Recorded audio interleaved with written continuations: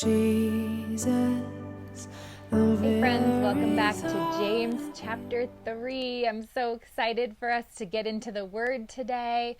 I'm excited for what God has to show us. This has been a good week, hasn't it? James 1 and James 2 are under our belt. This is the hump week. We're halfway already. I can't believe it. James chapter 3, James is going to be talking to us about the tongue and wisdom and the use and abuse of both of those things. Martina McBride had a song, I think it was in the 90s. It was a kind of a long time ago. She's a country singer, and she had a song called I'm Little But I'm Loud. And the part of the chorus said, I'm little but I'm loud. I'm like a banty rooster in a big red rooster crowd. I'm puny, short, and little, but I'm loud. Now, no one has called me puny or short, probably ever in my life, but I have been called loud before. Chatty, talkative. I remember an incident in the 5th grade where I got moved to the back of the class because the teacher thought I was talking. In actuality, I'd slammed my finger in my desk, and the people around me were talking to me about my finger, but she wasn't too far off in her guess. I mean, I did sometimes talk in class. I didn't have great control over my tongue historically. And the tongue really, this whole lesson reminded me of that Martina McBride song. It's little, but it's loud and powerful. And James recognizes in this chapter the battle that is raging around our tongues. This must have been an issue in his church. I'm pretty sure it's an issue wherever there are people. James knew that the world was telling his people, his early Christians, that they needed to promote themselves. They needed to be their own mouthpiece. He knew that their flesh was telling them to glorify themselves versus glorifying God. Just being self-promoting, putting themselves forward above each other, above everything. And he also knew that Satan was telling his people, just like he tells us today, that God had abandoned them and they needed to speak out for themselves. I mean, if you think about the persecution, God must have abandoned them, I'm sure Satan was telling them. And so they needed to stand up for themselves, give themselves that voice. All of those lies are being told to us too today. And those lies, when we listen to them, make us immature because we have no control over our tongues and our hearts when we listen to those lies. Now, James wants us to get, the point he wants us to get in this chapter is that we can control our tongues and our hearts with wisdom. So let's dive in. The first 12 verses, James talks about the smallest, biggest troublemaker, which is our tongues. It reminded me of Proverbs 18:21 that says, death and life are in the power of the tongue. See, I can use my tongue or I can abuse my tongue. I can use it as a tool for good or I can use it as a weapon for evil. And that's what his whole point is in these 12 verses. There are different uses, potential powers that your tongue has. Are you going to use it or are you going to abuse it? He wants us to use it. He wants us to get there. So he's going to set up 6 different kind of metaphors using natural, everyday things that we can all relate to. The first we find in verses 1 through 4. And here he's going to talk about the potential to boss. Our tongue has the potential power to boss. He uses the examples of a bit that we put in a horse's mouth and a rudder. Now, one of my first jobs at camp as a volunteer as a teenager was being a wrangler. I worked at a camp where there were horses, and it was my job to muck out stalls and feed the horses. It was also my job to get the horses saddled and ready for the campers. And one of the things that you have to do when you saddle a horse is put a bridle on with a bit. Most of our horses had metal bits on their bridles. it goes in their mouth like that if you've never seen it. And using, then the reins are attached to the corner and they are held behind the horse's head by the rider, right? So using those reins, you can pull on the horse's mouth and it directs the horse. A well-trained horse only needs a little gentle pressure on either side, whichever way you want them to go, and they will go that way. Horses are really big, quite large animals, but just a tiny little bit in their mouth can control them. Rudders, very similar. Everyone's familiar with a rudder on the back of a ship, boat. You can even use a canoe paddle as a rudder when you're canoeing. But it's very small compared to the boat itself. A small piece of metal or wood and just a little turn on that rudder moves the entire ship. So really, James is talking about power under control. You have this potential power with your tongue to boss or give direction, right? Like you're directing a horse or you're directing a ship. This is directional power. He's encouraging us to have it under control, just like you control a horse. If you don't control a horse, they will tend to bolt, which happened to me once when I was a teenager. The horse bolted and I fell off and was knocked unconscious and cut the back of my head open. It wasn't a great thing. James wants us to use our tongue just like you use a bit or a rudder. It's a small tool to control a big thing. The tongue can control the entire body or the course of one's life, he'll say. We want to control that directional power, keeping our course fixed, not turning to the right or to the left. We want to be steady. So here's a chance for us to look in the mirror.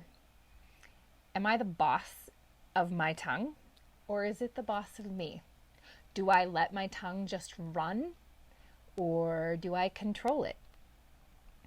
Psalm 34:13 tells us to keep our tongue from evil and our lips from speaking lies. That's something I need to be in control of. I need to keep my tongue from doing those things. I need to be the boss of my tongue. So think about it. Am I the boss of my tongue, or is my tongue a little bit out of control? Am I like that horse that's bolting, not being taken charge by the rider, by the bit, the boat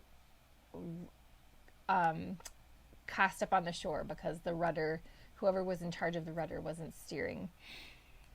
I need to be the boss of my own tongue. So I have that potential to boss in verses 1-4. Verses 5-8, we have another potential power, and this is a potential power, I called it to butcher. Last week was D's, this week is B's. Potential to butcher. Kind of the idea of destruction. James gives the example of fire, and then he talks about wild animals, wild beasts. What I wanted us to see before we go into too much explanation is in Acts chapter 2. So turn to Acts chapter 2. We are going to look at verses 1-4. So remembering who James was, he would have been there when this is happening. This is at the beginning of the church, and all the believers at that time are gathered together waiting for the Holy Spirit to come, just like Jesus told them. So chapter 2 of Acts, verses 1-4, when the day of Pentecost arrived, they were all together in one place. James was there. And suddenly there came from heaven a sound like a mighty rushing wind, and it filled the entire house where they were sitting, and divided tongues as of fire appeared to them and rested on each one of them. And they were all filled with the Holy Spirit and began to speak in other tongues as the Spirit gave them utterance. What I wanted us to see in that is James here compares the tongue to fire. I wonder if he was thinking back to that day when those tongues of fire came on each one and lit their tongues on fire, and they were speaking in tongues of the glory of God, of the gospel, and they watched it spread like wildfire in Jerusalem that day. So there's this potential for good in fire. We all have enjoyed the benefits of fire. It's not always bad. If it's controlled in a fireplace or in a fire pit, it can be a very, very good thing. You can cook food over it. It can keep you warm. It can light your way. Our tongues are the same way. They can be very, very good. Uncontrolled, however, fire is a terrible, dangerous thing. Think about the Chicago fire that destroyed over $1 million worth of property, killed, I think it was about 250 people, left over 100,000 people homeless. Terrible danger with fire if it's out of control. Our tongues can be lit on fire by heaven or by hell. So they can be good. I can use it for good, or I can abuse it for evil. Which one am I going to do? Wild beasts, the same kind of thing. Wild beasts can be very scary. There's been a news story the last couple of days of a couple in Colorado Springs that were camping, and a bear in the middle of the night started trying to get into their tent. It was around in their campsite. They were able to scare it off, so it didn't end badly. But wild animals can be scary. They have the potential to kill us. Sometimes people tame wild animals, and James talks about that here.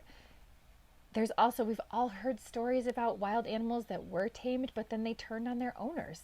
Like that tiger that turned on the magicians in, I think it was Las Vegas. Everybody's heard a story about a wild animal who had been tamed, who then turned on its trainer or some person. That's because they're actually wild animals. They always have that potential. The tongue always has the potential too. And James is getting at that power under control. This is a vigilance issue. So I need to be vigilant over that fire or that wild tamed beast. I need to be on guard, using that tool for my advantage and not letting it get out of control or let myself be overcome by the danger. So that's how the power is under control, is through vigilance. Here's another chance for us to look in the mirror. Am I using my tongue to butcher people? Am I abusing it in that way? It's out of control. Am I using my tongue to butcher or destroy situations in my life, stirring up trouble? I ask my boys that all the time. Are you promoting peace or are you stirring up trouble? Our tongues are gifts to promote peace.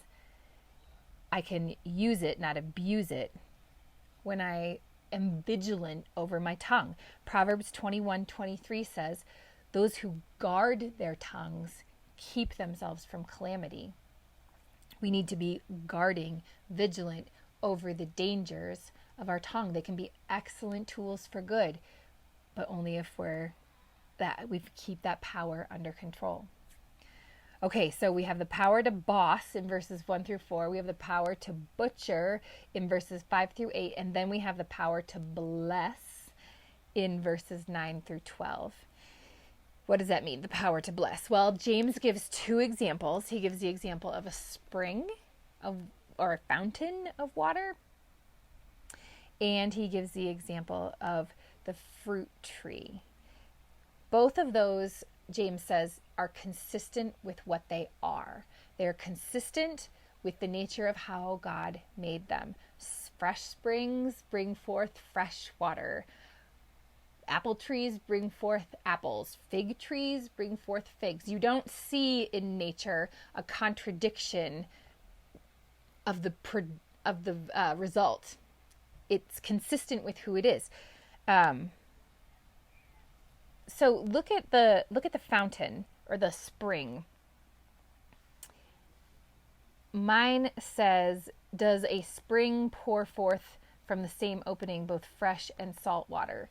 In the New King James, the words are actually sweet water and bitter water. And the reason why I bring that up is because I want to show you something. Remember that James is Jewish to the core, and so he really knows the law and the Torah. So it's very possible that he's thinking of something in the Old Testament that might not have come naturally to our minds. So I want you to turn to the book of Exodus, we are going to look at Exodus 15. Keep in mind those words that I said in James that the New King James uses, sweet and bitter. We're going to look at Exodus 15. We're going to look at verses 22 through 25. So just to give you context of what's happening here, the children of Israel have come out of Egypt. This is right after they've crossed the Red Sea. In chapter 15, the beginning of the chapter is the Song of Moses, the song of praise and thanksgiving for right after they have crossed the Red Sea, watched the Egyptian army be obliterated and drowned. God has done this incredible, miraculous thing. Right after that, then we have verse 22. Then Moses made Israel set out from the Red Sea. They've just crossed it. And they went into the wilderness of Shur. They went 3 days in the wilderness and found no water. When they came to Marah, they could not drink the water of Marah because it was bitter. Therefore it was named Marah. That's what Marah means, bitter. And the people grumbled against Moses, saying, "What shall we drink?" And he cried to the Lord, and the Lord showed him a log, and he threw it into the water, and the water became sweet. And there the Lord made for them a statute and a rule, where he tested them. Now, I don't know for sure, but it's possible that as James uses those words sweet and bitter to talk about a water or the water fountain, he's thinking of this story of the people of Israel in the wilderness, and they came across the bitter water, and then God made it sweet so they could drink it. From then on, it produces sweet water, whole water. In verse 26, God goes on to say, "If you will diligently listen to the voice of the Lord your God and do that which is right in his eyes and give ear to his commandment and keep his statutes, I will put none of the diseases on you that I put on the Egyptians, for I am the Lord your healer." God has the power to heal us and our tongues, and from then on, it's consistent and pure. I don't know if that's what he was thinking of, but it's possible. And I just loved that connection, those same words, sweet and bitter. And the thought that if I'm having inconsistency in my life, if I am sometimes speaking things that I shouldn't, which if I'm I don't even have to be super honest. I just have to be a little bit honest. That's totally true. Sometimes I say things I shouldn't say. God is my healer. He has the power to heal me and make the waters out of my mouth sweet. I love that. That's power under control. It's faithfulness, being true to the new creation that I am, the authenticity of the new man that God has made me. It's Christ in me. I'm dead. Sweet water should come out. I should be a delight versus a toxic presence in people's lives.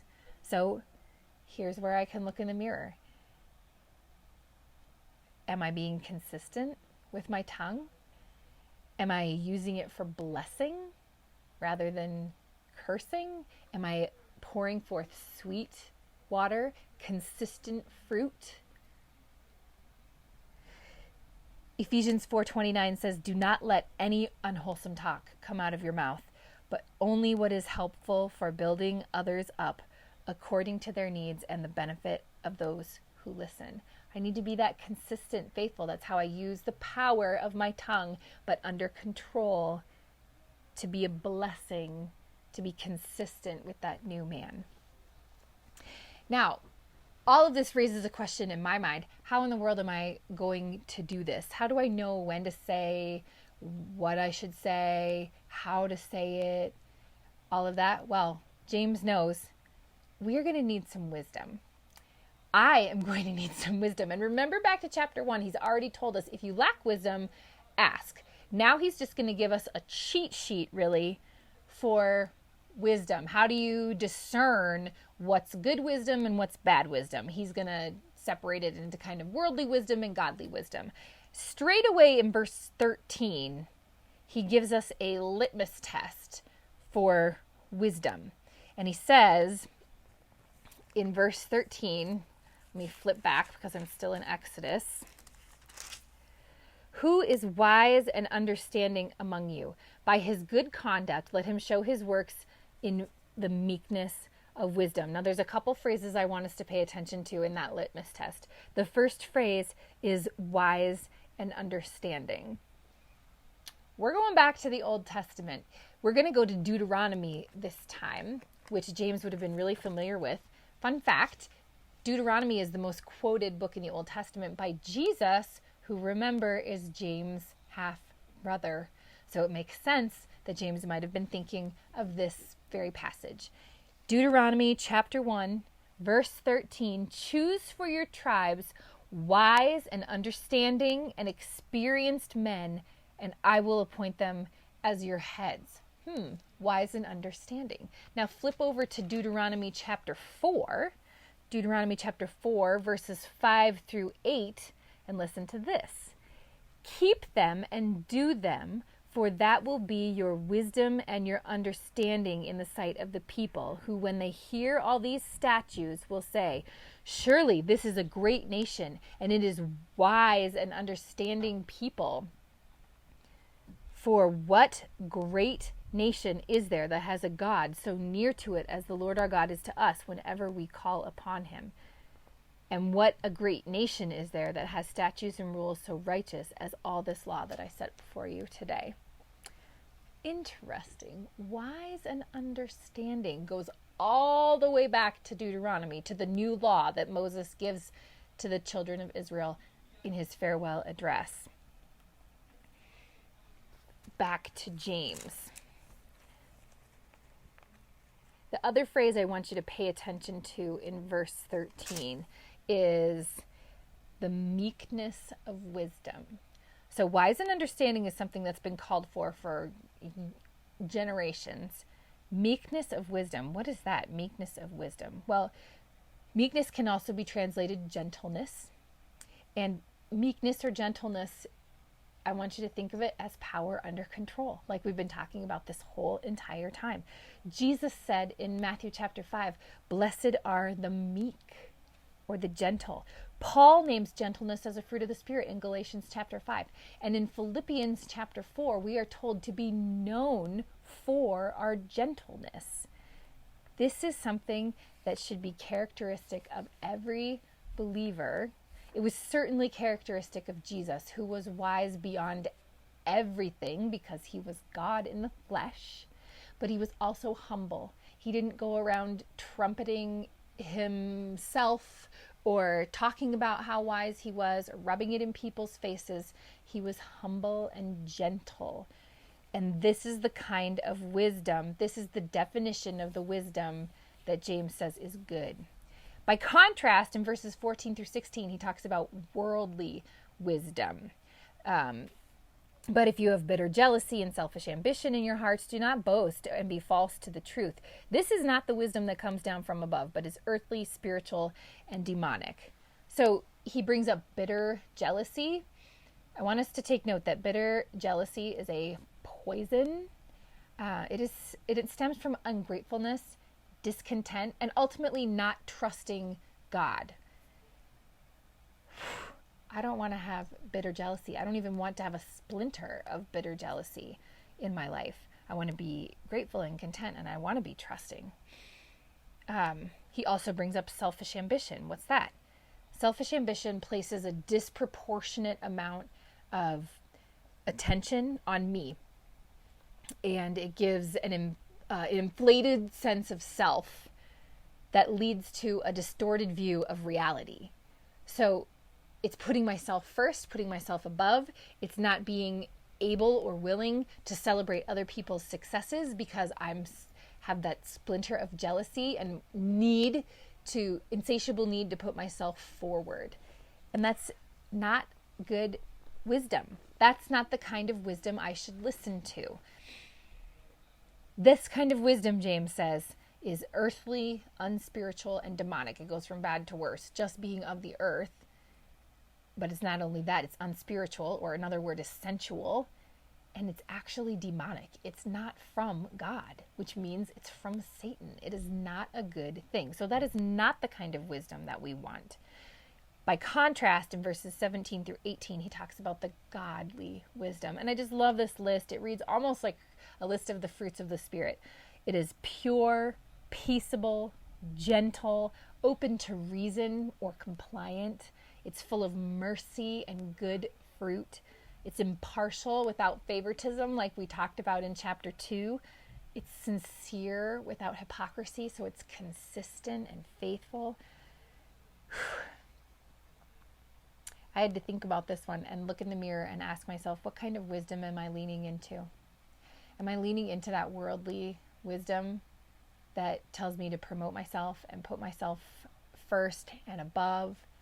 Am I letting jealousy creep into my life? How about selfish ambition? Am I all about promoting myself, or am I concentrating on being pure of heart? Am I concentrating on being peaceable, being a peacemaker?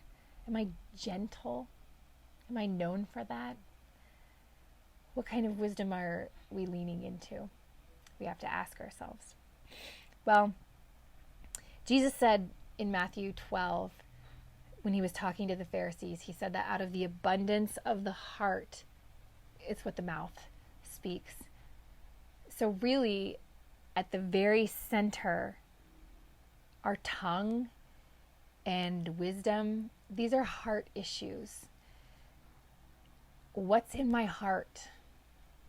What am I hiding inside? What am I letting fester? What am I keeping secret? I did some soul searching this week. And the good news is that we're just one confession away from leaving the old man behind. If we've been covered by the blood of Christ, all those sins are forgiven anyway, and Jesus is just ready to welcome us back when we've done something that we shouldn't. Our salvation is secure, and he's ready, always ready to forgive. I pray that as you look over this chapter and you think about these things, that you would hear God's voice if he's telling you that you need to make a course correction, if you have something in your teeth as you look in the mirror, whatever correction needs to be made. He loves you. He wants to help you. His strength is made perfect in our weakness so that we can boast in him and him alone. Let's turn our hearts back to Christ so that our tongues can be used for blessing and not cursing. We'll see you next time. Jesus, the very thought